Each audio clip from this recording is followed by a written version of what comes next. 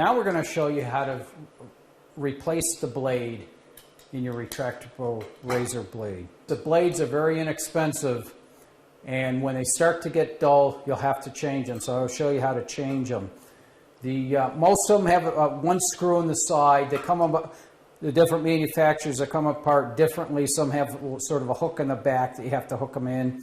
But just take it apart, pay attention when you're taking it apart, and it won't be a problem. Okay, well, let's take it apart and show you what the insides look like and how to change the blade.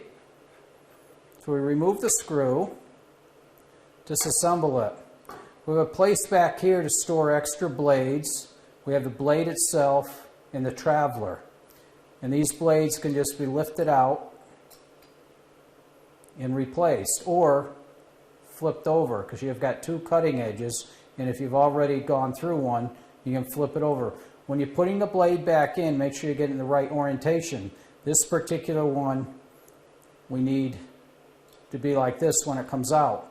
So what you do is you line it up the way it was before, making sure the bottom edge is lined up along here, and the top edge is usually a little notch that catches.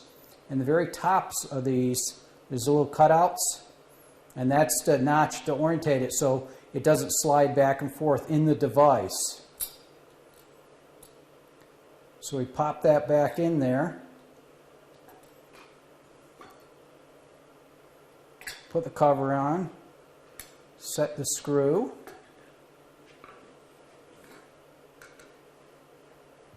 okay, and we tighten it up and see that it works fine.